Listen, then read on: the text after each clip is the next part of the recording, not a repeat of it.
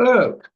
Today I'm going to talk about self-therapeutic functions of discourses and narratives. And it is within our third seminar about Stoic Pragmatism.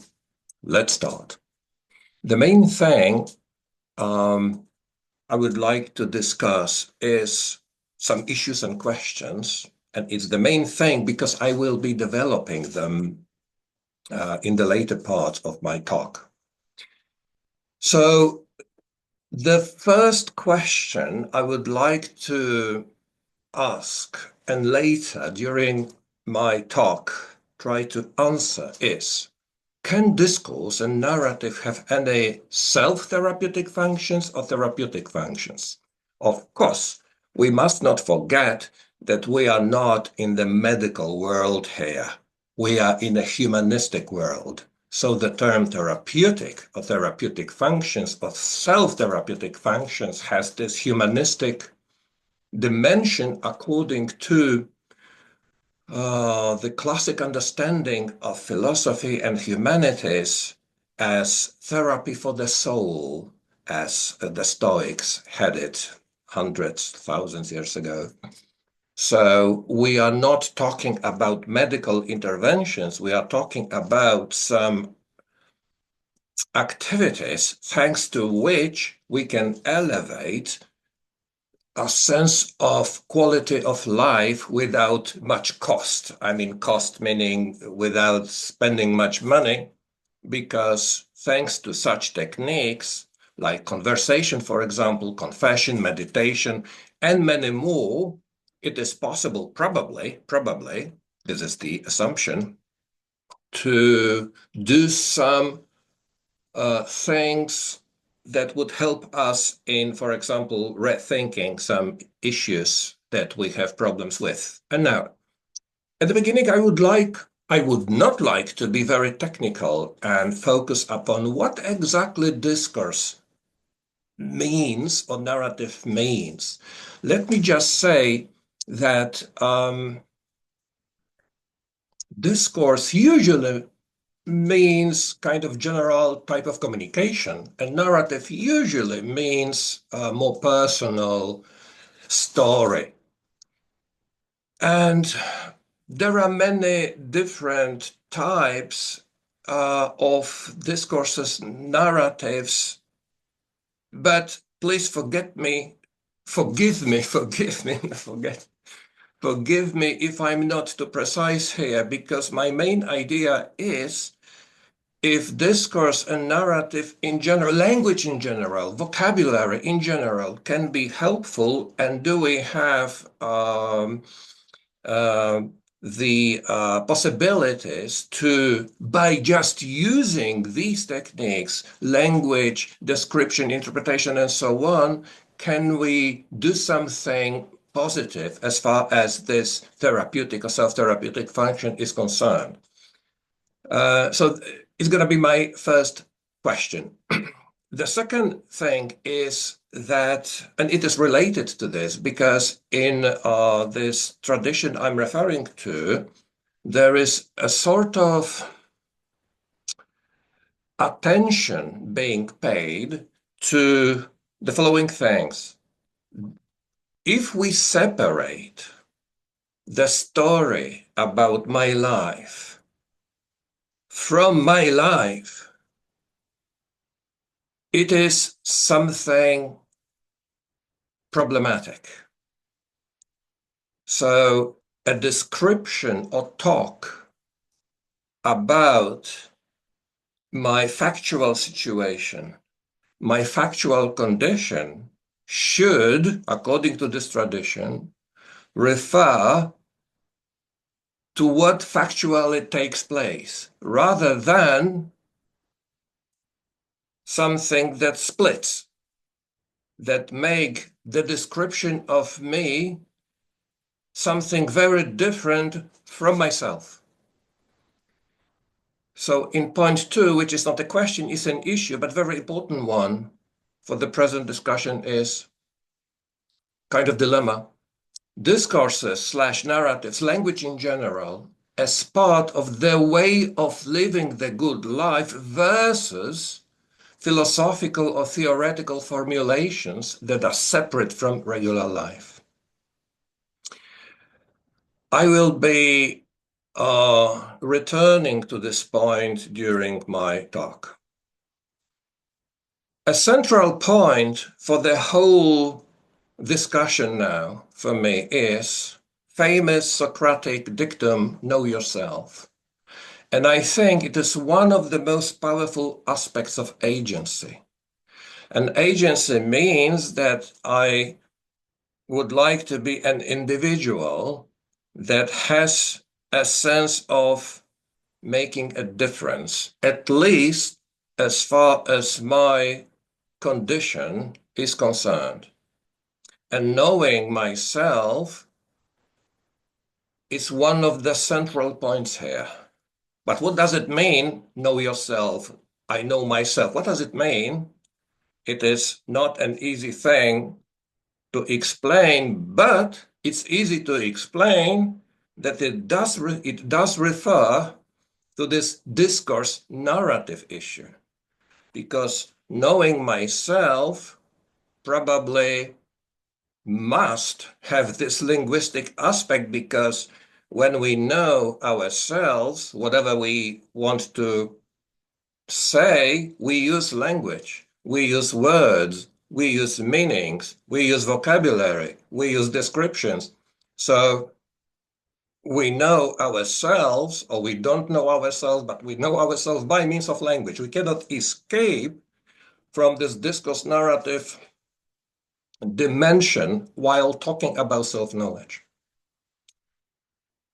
The next question for me is, why Neopragmatism been so vocal about discourses, vocabulary, and language? I do not want to talk in the name of Neopragmatism here. I want to say that Neopragmatism can be interesting to at least to discuss, because Neopragmatism, which is a part of pragmatic tradition, or more strictly a part of American tradition of pragmatism, focused upon language, vocabulary, description in such a way that it may stimulate us to think the role of narratives and language and descriptions and redescriptions and vocabulary and meanings of words. So I am not promoting Neopragmatism as such. What I am promoting is discussion about what Neopragmatism was talking about. And question number 5, and I'm referring here to contemporary philosophical coaching or philosophical counseling and similar types of activities. Do they use discourses and narratives effectively? That the use or representatives of these types of activities, they use narratives. For example, we have something like narrative coaching. So yes, they use it. It's not a question, but is it effective? So I will have something to say about this as well. So now I will try to answer these questions, or at least try to answer, or kind of try to stimulate discussion about this. And I'm starting with John Locke, who is the founder of Stoic Pragmatism. And I will quote very important, if not essential, words, claims from his book, The Relevance of Philosophy to Life. And among many other things we can read in the book, we have the power to modify things simply by thinking about them in different terms. So I understand this quote as we individuals, we meaning individual agents, we have some power in modifying the picture of the world and our world our role in the world. We have this power. Maybe it's not very big power, but it is some power. And we may use this power by modifying words or the meaning of words in such a way that it may help us understand better our situation or our condition, and perhaps make it better. However, there is a danger, and John Locke talks about this. What's the danger? The danger is a possible split between our description of our condition and our factual condition. So I'm quoting him again. Thoughts and actions out of measure with one another make for morally deformed and personally unsatisfying lives. So if this split is big and we describe ourselves as somebody that factually is not this person, sooner or later there will be lack of balance, lack of correspondence between our thoughts expressed by language and our actions. So what we think about our condition will be different from what our actions talk about our condition. And this is the danger. So we cannot modify words without any limits. We cannot use language as we wish. This modification, this redescription using the language of Neopragmatism has some limits here. And what is the price when we lose control and we describe ourselves in a not adequate way? Well, unsatisfying life. Unsatisfying life. Maybe the not adequate description will help us for a short period of time. But in the longer perspective, we are risking an unsatisfying life. So a kind of balance is needed here. Using words, or modification of words, terms, and so on, and the factual reality. A trivial example, if I describe myself as a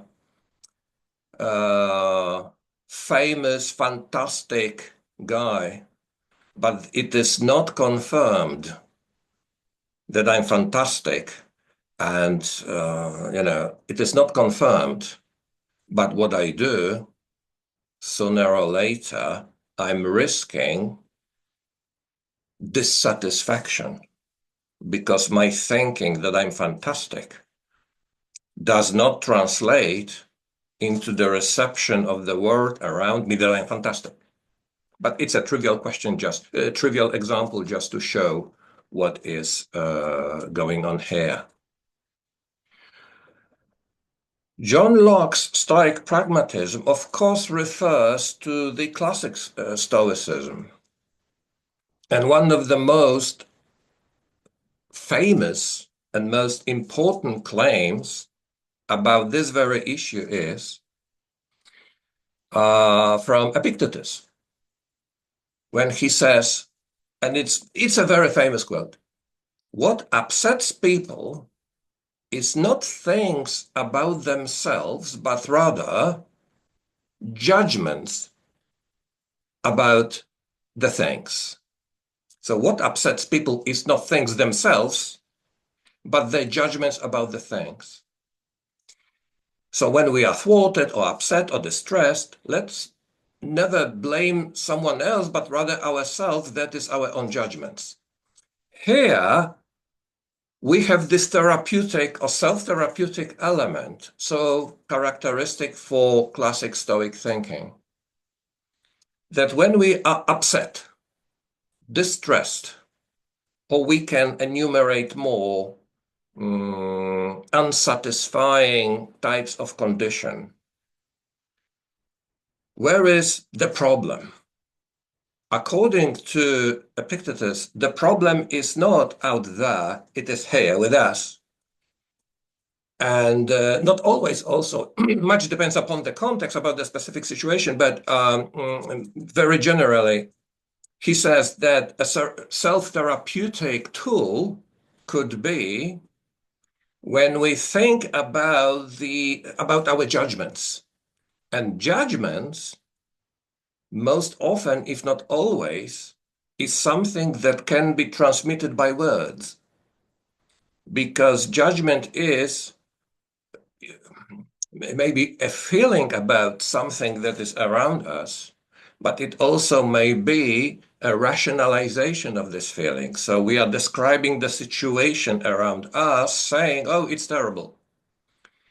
But if we modify this description about what is going on around, it may happen that it's not so terrible.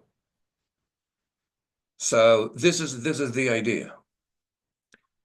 And this description, is this terrible or not, Epictetus suggests, much depends upon our power to decide if it is terrible for us or not. And here we have this element of language.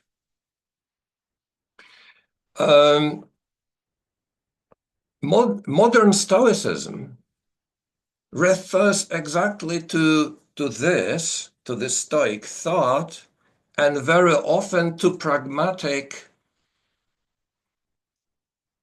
need to successfully cope with problems of human condition, for example, emotions. I think I should propose another seminar about, for example, emotions. I will do it, I think. But to quote Biliucci, one of the most famous representatives of modern Stoicism, who links at some points Stoicism with pragmatism, exactly in the therapeutic or self-therapeutic contexts. And one of these points is this, I quote, "Little is more pragmatic than learning to manage anger, anxiety, and loneliness, three major plagues of modern time." So I like this quote because it is a direct reference to what Stoic Pragmatism and my seminars want to focus upon, that there is some common space within so much different traditions like Stoicism and Pragmatism, but nevertheless, they have common points.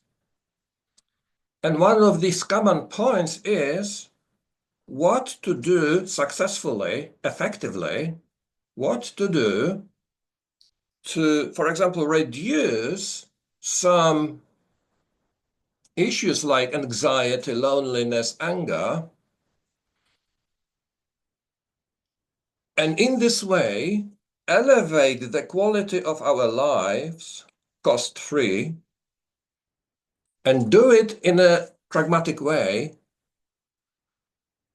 referring here also to language.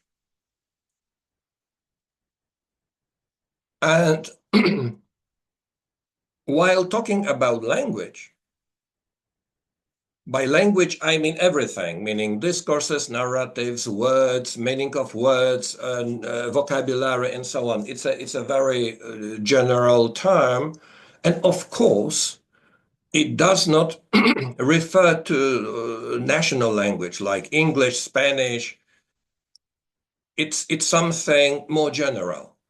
So we are not talking about English language. We are not talking about Spanish language, French language, and so on. We are talking about language in general.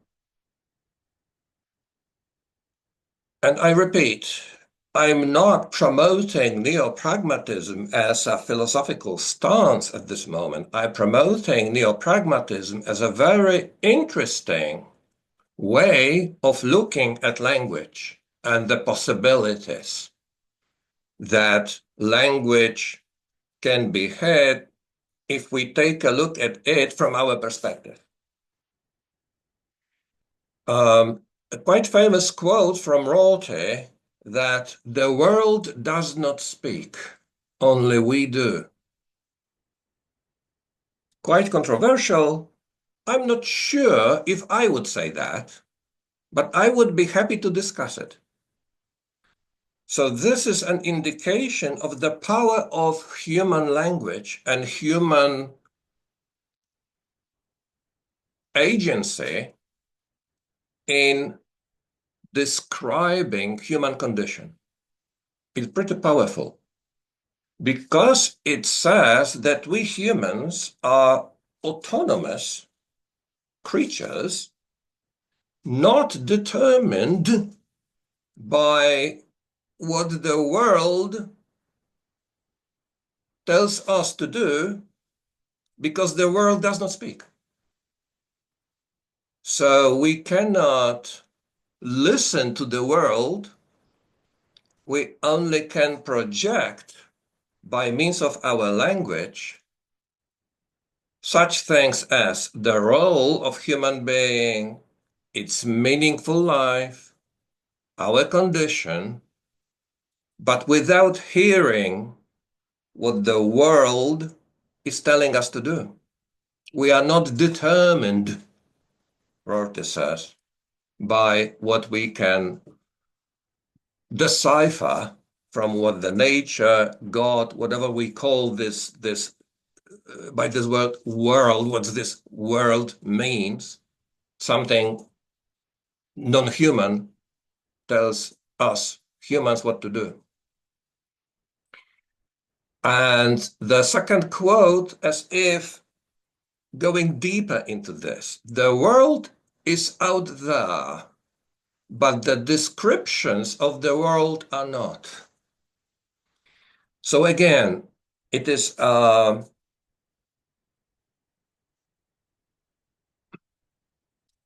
emphasizing the role of the power of human description,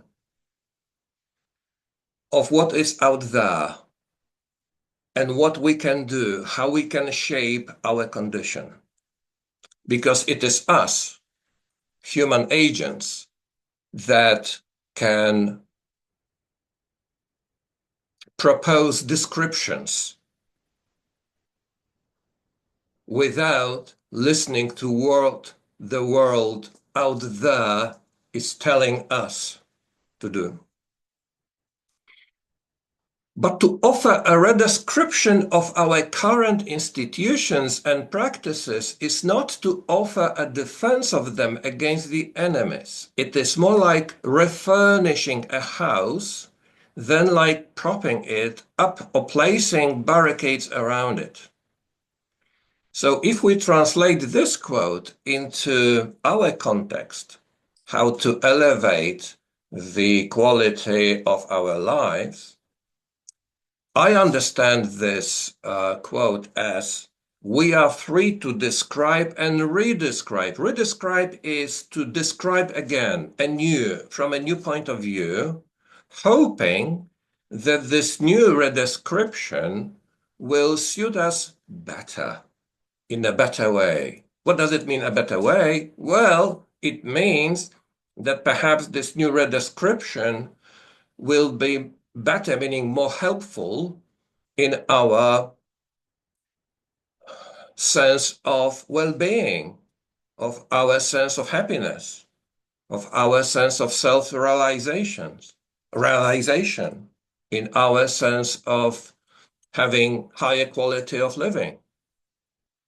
So it is like refurnishing our house, our room, so that we feel better in this refurnished, redescribed setting. So, Rorty continues, it became possible to juggle several descriptions of the same event without asking which one was right, to see a description as a tool rather than a claim to have discovered essence. In other words, and in our context, we are free to generate redescriptions or descriptions or new descriptions of the situation we are in and treat these descriptions, language, vocabulary, meaning of words, and so on, as tools, by means of which we can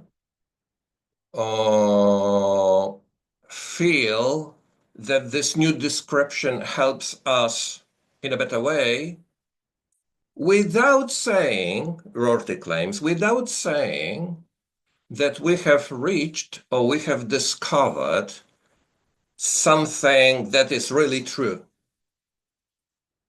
He says, redescription or description or language is a tool by means of which we can make our condition better or worse, but it is not necessary to have a feeling that we have discovered the ultimate truth about who we are.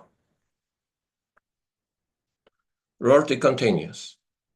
It thereby became possible to see a new vocabulary, not as something which was supposed to replace all other vocabularies, something which claimed to represent reality, but simply as one more vocabulary, one more human project, one person's chosen metaphoric.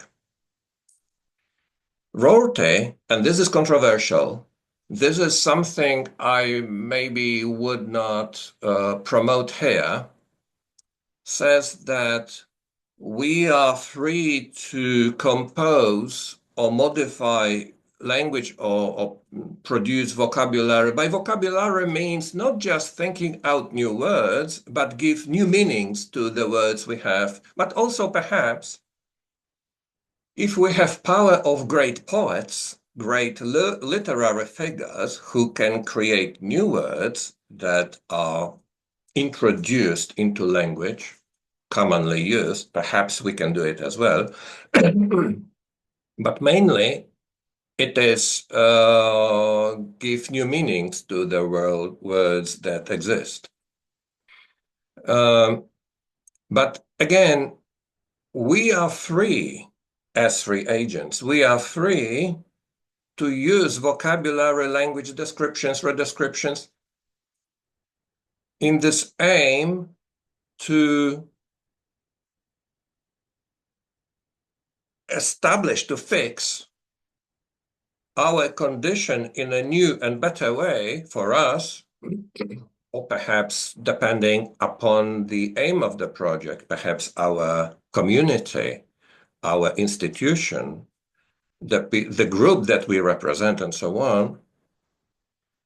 But it does not necessarily mean, Rorty says, that we are discovering the truth about our condition, the truth about our group that we represent, the truth about the institution in the name of which we want to redescribe the condition of this institution. In my book, I discuss this language, vocabulary, narrative, discourse issues and refer to Socratic tradition, which was very important both for the Stoics, for the Pragmatists, especially the classic Pragmatists, for the this humanistic plot within Western humanities. And I think it is still important in such places as psychology, coaching, and generally, I think it's one of the most universal proposals, claims, when we talk about the condition of human being, individually, in group, but mainly in individual context. know yourself. So I claim in my book, the Socratic dictum, know thyself, or in modern English, know yourself, is one of the most powerful imperatives of the humanistic tradition of the West, and one of the most powerful aspects of agency in general. And I continue, we need to resourcefully balance between self-knowledge, which focuses primarily on ourselves and general knowledge, which focuses on the reality that functions without our consent. Sometimes, as in the biological functioning of our bodies, these two imbricate. So what I want to say is that self-knowledge that we may have by means of descriptions, redescriptions, stories, narratives about our condition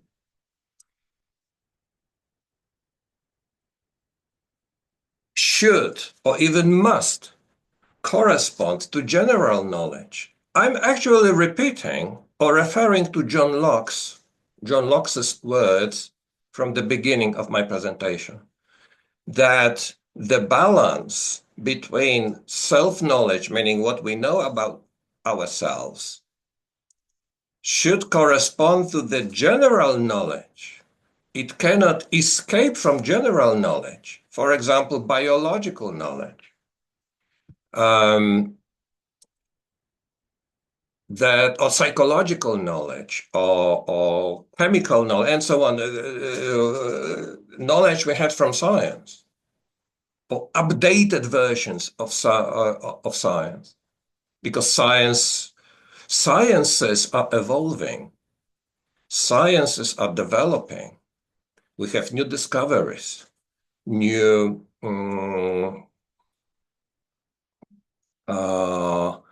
new proposals, for example, from medical sciences, what to do about our health. So it cannot be, the self-knowledge is not knowledge, it would be self-illusion, which is dangerous. Self-illusion when we go away from the general knowledge that describes the world. So here I am not, what I'm saying now is not so much compatible with Neopragmatism, I think. Martha Nussbaum, one of the most famous philosophers nowadays, who I would like to quote for the reason that she is evoking the Stoic themes, and even at some points she says she represents a neo-Stoicism stance. She appreciates some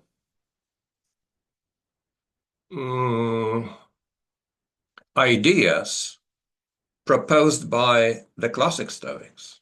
And she says, in many places, that what they propose 2000 years ago may have application even in contemporary contexts, which means, for me, that when we have this continuity, I feel some kind of common platform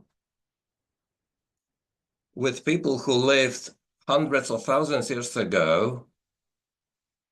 So I believe at such places that we, humankind, has something really in common, although we are very different people, very different individuals, but we have common things to do, to preserve, to fight for. And Martha Nussbaum may be a very nice source for inspiration for me, for my project, and generally for Stoic Pragmatist project. So that's why I'm recommending the works of Martha Nussbaum.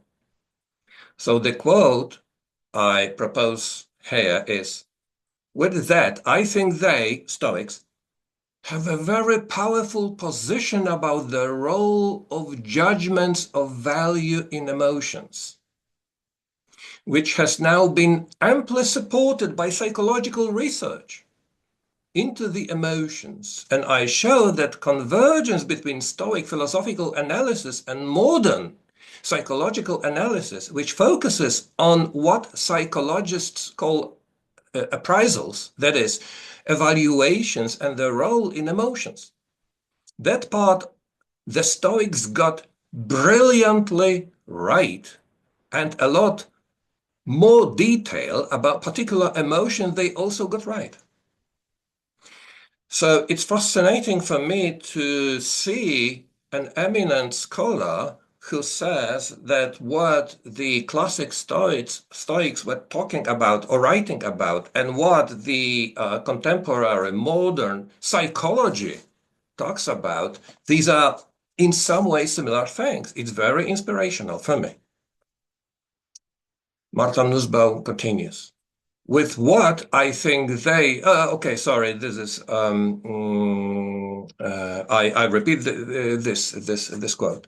The therapy they, Stoics, have in mind is that you can't really improve your life without understanding what's worth valuing and what isn't. It would have been better if everyone learned all this in the first place. But since, according to them, people live in a highly corrupt culture, they don't learn right values. So they have to be given therapy, which consists in weaning them away from money, status, competitive goods, and all sorts of goods of all sorts, and this will undo the damage of anger, jealousy, and so on. Let me explain. The Stoics did not say, do not earn money, do not go into politics, do not do social career, do not go into the world and be famous guy, having reputation, having, rich family and so on. They do not say that, I think. They say, be careful. Do not invest too much emotions, too much of your inner energy, hope, to the projects that you cannot control. You may go into politics, like Marcus Aurelius Seneca. They were politicians using our terms. So they do not say, do not go into politics. But they would say, be careful because it is a risky thing for your condition. Not just mental condition, emotional condition, but also the risk for your family and so on. So they would say, if you can do it, if you have skills, if you have self-knowledge that is not illusion, that is self-knowledge that you can do such things, it's okay, but be careful with the risks. And if you are doing such things, like earning money, or Nussbaum writes here about status, competitive goods of all sorts, and so on. Be careful because it may damage your mental condition, emotional condition. So this is the kind of warning here. So it is against a conventional thinking that Stoics were guys who control emotions in such a way that they wanted to kill emotions.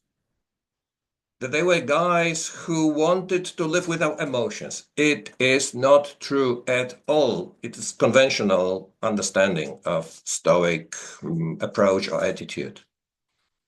What they wanted to tell us is, and from this therapeutic point of view, and Nussbaum is writing about this, that they wanted to tell us, be careful, because if you invest your hopes, your dreams, your emotions, your everything upon the actions, and you are not certain the result because it is out of your control, it's very risky for your mental condition. And this aspect, I think, is evoked by Martha Nussbaum here. And in this sense, she is talking about the therapy. So it is not a medical understanding of the term therapy. It is sort of humanistic understanding of this term. Be careful and know the risks when you want to perform some activities that at some point are out, the effects of these activities are out of your control. A related stance is, while talking about language and philosophical counseling, that I was indicating in question and issues number 5 during my in my introduction to this presentation. What is the role or importance or effectiveness of using narratives, discourses in philosophical counseling or philosophical coaching? We have some suggestions from Lydia Amir. And I quote, "The right succession of questions according to their level of abstraction might be decisive for the success of philosophical counseling." So she is referring to questions, and she is referring to success, and she is referring to philosophical counseling. For example, when the initial question is formulated in personal terms, taking the next question to a more abstract level may sometimes prove beneficial. The abstract as an inward space where thought can be expanded and freedom may be gained without the tyranny of personal fear is one of the great therapeutic inventions of philosophy. So in this quote, we have so many elements. We have another answer, positive answer to the question that is put forward at the beginning of my presentation. Can discourse and narrative have therapeutic or self-therapeutic function? The answer is positive. At the same time, it is talk about discourses, narratives, in this case, asking questions during the philosophical counseling session. And it refers to something hugely important, a sense of freedom that while talking, while asking questions, perhaps trying to answer them in this or that way, a given person, a given agent may have a feeling of reaching at least a little bit a new spectrum of freedom, which may give this person, this agent, a new, better perspective about the condition of this agent. Thank you so much.